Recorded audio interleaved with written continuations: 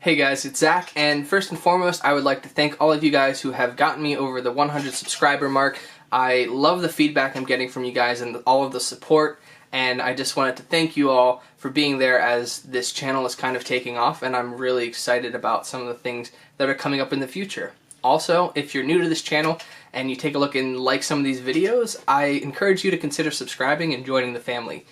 Now, I didn't want to just do a thank you video for 100 subs. I wanted to do something a little bit different, and since I've been filming for about 3 years or so now, I've gotten a lot of questions on YouTube and also in real life working with other people on projects, specifically about filmmaking. And so I wanted to kind of answer some of those basic questions as best I can, and if you guys like this style of video and you have more questions you'd like me to address, please leave a comment and I will answer them in a future video.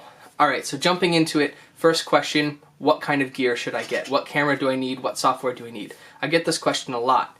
Now for my personal filming style, I use a Panasonic G7. It's a lightweight camera, it's a smaller body, and I can shoot high definition 4K video on it when I need to, and I love it because it was in my price range. I also use a Glidecam HD2000 for all of my Steadicam shots, and I edit on the Adobe Premiere Suite. So that is a great system for me, specifically because it was within my price range and it's super portable. For the style of video I need kit that allows me to be out in the field, have everything in a backpack, not have to be lugging around big camera bags, lighting stands, and all sorts of things like that. So it's really hard to answer the question, what camera and what gear do I need, because each person has their own specific style and needs. The first and most important thing is to examine your budget. Don't buy outside of your price range because you probably don't need it. I've used high-end cameras, I've used studio equipment, I've used all sorts of things, and I don't need that in my everyday video. You need to look and see what are the things that I need in such and such an equipment. So that's kind of a hard question for me to answer, but I can always tell people what I use and that it's a good budget item for someone who wants to create high-quality video at a low cost. Now, moving past that, gear aside, a lot of times people will actually ask me, how do you frame something? How do you tell the story? How do you create a video that has an interesting topic? And I'm still learning. There's always more things to learn.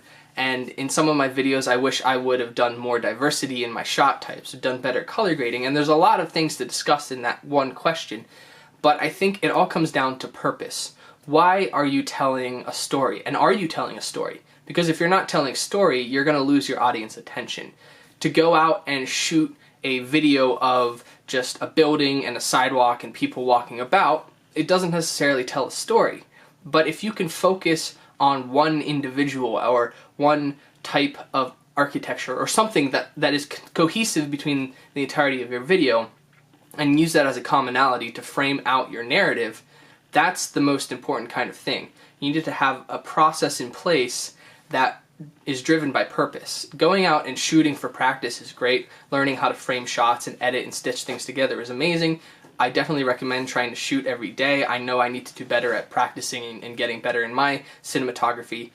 But shooting with a purpose, editing with a purpose, going out and saying, you know what, I want to tell the story of such and such a thing. You know, it might just be following your dog around. It might be following a friend around who's skateboarding. It might be whatever you can imagine. But having a purpose to the shots. Don't be repetitive. I know in some of my videos, like my cliff jumping video, I was very repetitive in that video because I had one place to stand and that was it. That was the shot. But looking back at the video, I say, you know what, there's other things I could have done. So look at work that you've already done and learn from it. That's very important. So when people ask me, how do I tell a good story? You have to look at what you've done and say, is that a story worth listening to? And then go out and try and improve upon it. So telling a story is really important. I hope I'm not being redundant in what I'm saying, but driving your filmmaking with purpose is the key to actually having content that you're proud of. Because if you wouldn't watch a video, why would someone else watch it? That's kind of an answer to that whole situation that I've dealt with, because there's stuff I've filmed that I don't put out because in the end, it's not saying much. Now moving on to another side of things, people often will ask me, well, how do I edit a video in a good way? And it goes back to that purpose. It goes back to that narrative. There is a specific way that each person who edits. I have my own rhythm. I have a different style than someone else. A vlogger is going to edit things in a different way than a travel videographer is, than someone who does gameplay videos. You have to find your own rhythm and your own method of editing. I memorize all of my clips before I edit. I know what I've shot, I know where those clips are located, so I don't go through, I don't subclip, I don't put things in files so that I can find them. I know where things are on the list of videos. But not everyone can do that. So for me, I just pull out the clips that I know I want, string them together, and then put them all in an order, and then find music that fits. Other people say, you know what, I have this really great song, I want to make an action video, and they go out and shoot the ideas that they have to match the song. So it's kind of hard to answer a lot of these questions because there are so many different ways of actually tackling these problems and answering these questions, and each individual is different. But the best advice that I can give to someone who wants to make travel, exploration, adventure videos is to watch other people's videos and see what they're doing. See what you like and see what you don't like. If you watch a video and you say, wow, this is really good, except for such and such a thing, I could do that better, then do it. Go out and try and do that video and create something that's different but is drawing from these other creators. Don't copy, and I've said that before, you don't want to copy someone, you want to come up with your own style, but learn from other people and draw on what they're doing and bring your flavor and your rhythm to that video. Because someone may look at your video down the road and say, you know what, I really like what they did, except for that one thing, and then that drives them to create something further.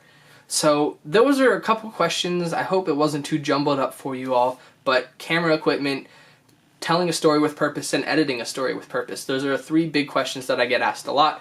Like I said at the beginning of the video, if you have other questions more specific to style and different kinds of videos, please leave them below and I will do my best to answer them in another video. And look out for another adventure video coming out this Wednesday. I'm pretty excited about all of the things I have planned for you guys and for me as well. And so that's where I'm going to leave you guys on this video. Thanks again for the first 100.